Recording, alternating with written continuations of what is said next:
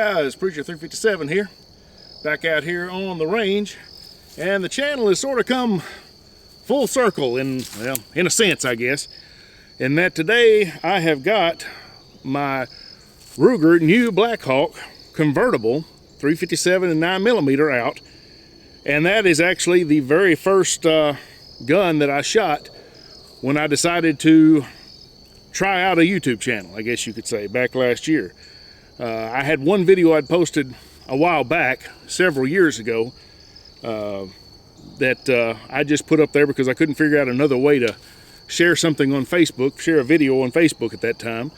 And so I put it onto a YouTube account just to share that, as I was trying to show that you could load 11 rounds in my Sky magazine, because there was a guy claiming you couldn't. But last year I was coming out here to shoot, and I just so happened I was wanting to shoot this gun that day. I just had a hankering for a Ruger Blackhawk, and I loaded it up with the 9mm cylinder, and I was coming out here to shoot some 9mm. I thought, well, hey, why don't I just get my phone out and just shoot some video and just see what happens. Because I thought about doing a channel for a long time, and it just never got around to doing it. And I'd started to have a little bit more time. My hours at work had decreased a little bit so that I could actually have a little free time to do some other things. And so I said, well, I'll just start videoing, and that's what I did. And I put the video up, and that kind of started my obsession with reviewing guns on YouTube. And so now we're kind of back to it, and I've always wanted to go back and revisit this gun because it was really a brief video. I didn't talk that much about it. I only shot the 9mm cylinder. I didn't even show the other cylinder. And so here we are, and I've got it out, and you can see it here. Got the nice wood grips on here. These are not the grips that came on it. They came with some plastic grips, and I bought these and put them on it because I hated those black plastic grips. But I think it's a nice looking gun. It's a good shooting gun, and of course this is the new model Blackhawk. This is one that I bought new probably 5 years ago, 6 years ago. I can't keep track of the time. So it's got the transfer bar safety in it, and it's also got the system where you don't have to half cock it. You just open up the loading gate and it frees up the cylinder so you can load and unload it. So it's not like a Colt single action. You know, the old models were like the Colt single actions, but in '73, I believe it was, they came out with a new model where they changed all that up, added the transfer bar, and made it a safer firearm. Not as much of a cowboy gun, I guess you could say. Not as true to the Old West, but in some ways this is a much more modern version of a cowboy gun anyway. You know, their vaqueros, you know, are a little bit more like the Colt single actions, but even they're a little different as well. They're a more modern design as well. So, you know, Ruger was copying Colt to a certain degree when they came out, originally especially, but you know, they kind of came into their own when they came out with the new model Blackhawks. And you know, I don't mind those things. You know, if it was an actual Colt, I wouldn't want it to be that way, but for what it is, I think it's a pretty good gun. So why don't we do a little bit of shooting with it, and we'll show the different cylinders and how you load those in. Really, really simple. Nothing much to it. And we'll shoot some 38, we'll shoot some 357, we'll shoot some 9mm, and just have a little bit of fun. But before we do that, remember to check out the description. There's a link there for a discounted membership to the GOA, the Gun Owners of America. They're doing a lot of great work for us for our gun rights, and they could use your support. Also, there's a link there for the Tennessee Firearms Association. You see I'm wearing a shirt here, and they do a lot of good work here in Tennessee. So if you live in Tennessee like I do, if you're a Tennessean, I would urge you, I would beg you, I would request you, join the TFA and help us fight for your gun rights. The TFA is a great organization, and they're doing a lot of good work, and every bit of money that goes into them goes to the fight. There's nobody taking money. They're not the NRA. Everybody that works at the TFA, all those guys are volunteers, and they do a lot of work for free just to preserve our gun rights. So they could use your support. But let's get over here and take a look at this gun.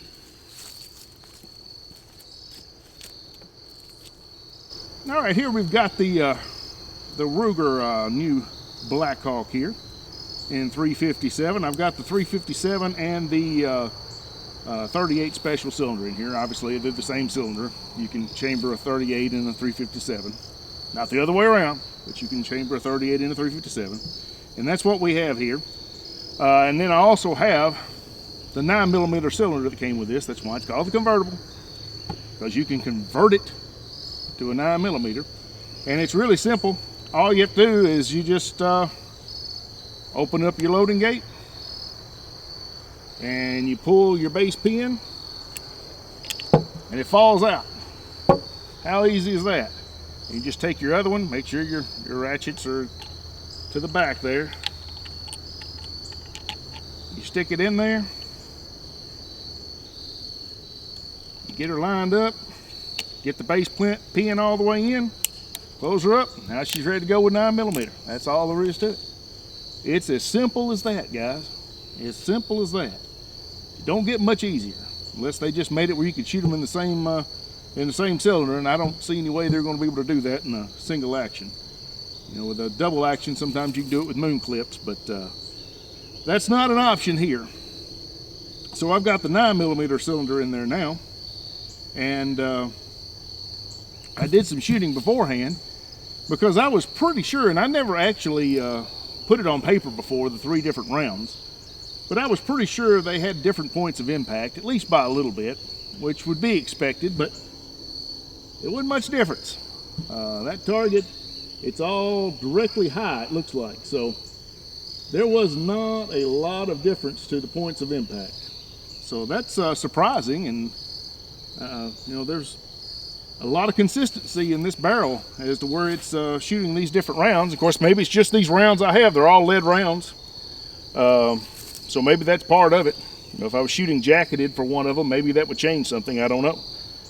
But I'm shooting 158 grain in the 38 and the 357, and I'm shooting 115 grain in the 9mm. But they're all hard cast coated bullets. But why don't we just do a little shooting first? But I'm gonna tell you what, I'm gonna adjust these sights a little bit because it's obviously shooting a little bit high. So I'm gonna adjust the sights first, and then we'll do a little bit of shooting.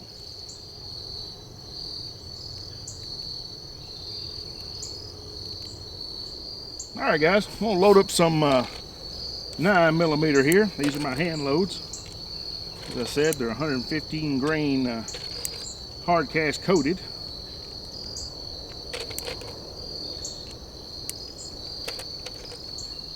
Yeah, one of these may be a little bit off. There it goes. Didn't have that one all the way in. There we go. All right, I'm gonna shoot one at the target and see if that adjustment fixed the problem. Let's see if I brought her down enough here. I may have brought it down a little too much. Maybe a bit. Bullseye, all right. I know you can't see that target because I don't have a camera on it, but just take my word for it. That was a bullseye. Hitting a bullseye at 7 yards is expert, let me tell you. Not many people can do that. Oh, you big. Probably not. Shooting a handgun's a little harder than what most people think it is. But hitting a bullseye at 7 yards is not particularly hard. So I'm not going to pat myself on the back for that. All right, let's try another cylinder here. We talked about this being the new model Blackhawk. This, the Blackhawks originally came out in '55 as a 357. So this model here, it was the original, and they were called flat tops at first because the top was different. It was flat on top. It was not like this one is here where the side is, and they were like that until the early 60s. I want to say 62 when they changed that, and then from then until 72, until they made the change in 73, they were called 3 screws because they had 3 screws on the sides. And then they came out with the new model, and they've been the new model ever since. So we've had the new model Blackhawk for roughly 50 years now. So it ain't a youngster no more. It's about the same age as me. So Alright, we'll go out there to 35. See what we can do out here.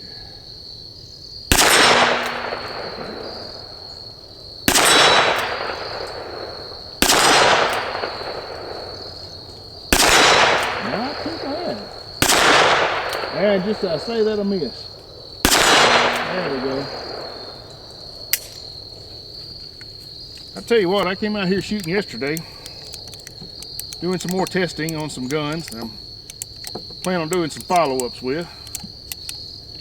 And I could not hit the broadside of a barn. I was shaky. I don't know what was going on. But I'm glad I wasn't filming because it was bad. I just was not steady. And there are days you're like that. Some days you come out here and you just don't have it.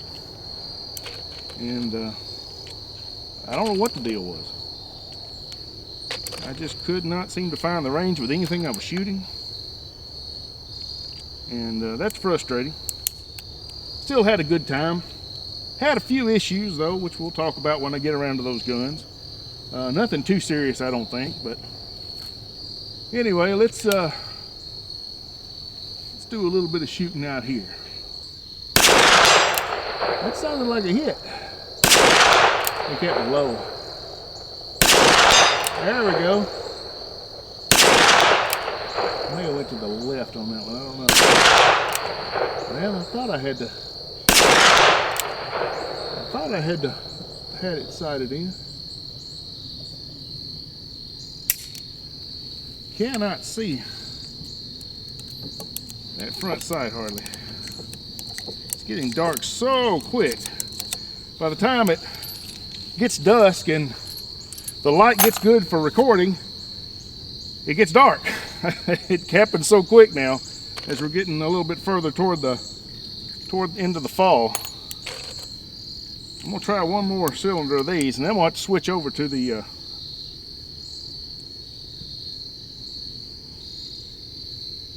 well,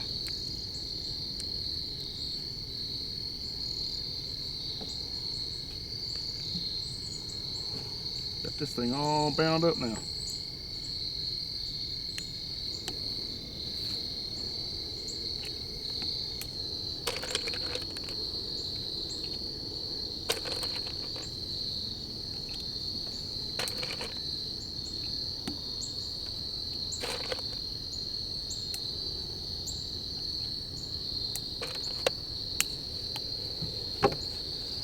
All right, try one more cylinder here. See if I can get the range. Couldn't hear that one. I think I hit that one. I heard that one. Yeah, I've been holding too low. That's what it is. There we go. There we go. Just holding too low the first time. All right, let's throw this other cylinder in here. Do a little bit of 357 38 special then before I lose the light completely. Doesn't have to be too long a video since this is my second video with it.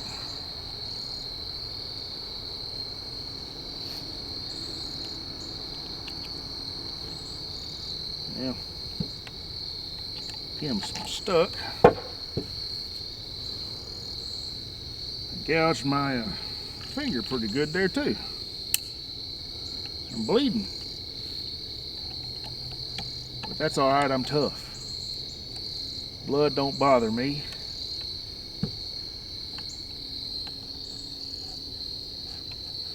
Well,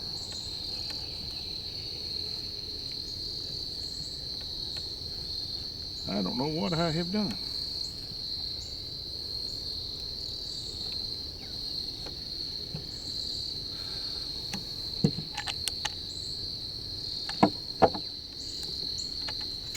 There we go. Just something wasn't lined up right. I don't know what it was. Wasn't holding my mouth right, probably. Wasn't holding my mouth right. I just had it in a bind somehow or another. Once I got it in the right position, it just fell right in. So I'm gonna say that was user error, not the gun. All right, got some 38s here. I'm gonna go out here and see if I can hit this plate at 100 yards again with the 38s. I hit something, but I couldn't tell what it was. There we go. I gotta hold a little higher. There we go. See if I can hit this plate at 80.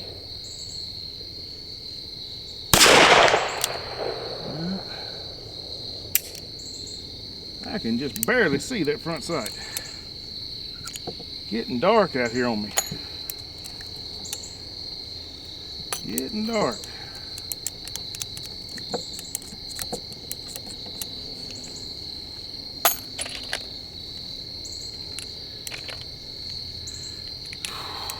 I can tell I haven't shot this gun in a while though. What in the world? I got a bad round in there with no primer. Primer that's already been used. Oh, somehow I managed to grab a case that had already been shot. All right, one more time over here at 100 yards. This is with the 357. Probably won't have to hold quite as high. Yeah, I may be wrong.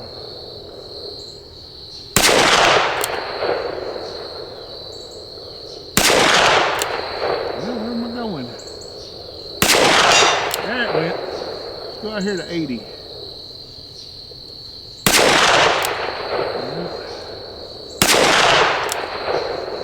It's so dark I can't even see where I'm going, so I don't know how to even adjust my aim.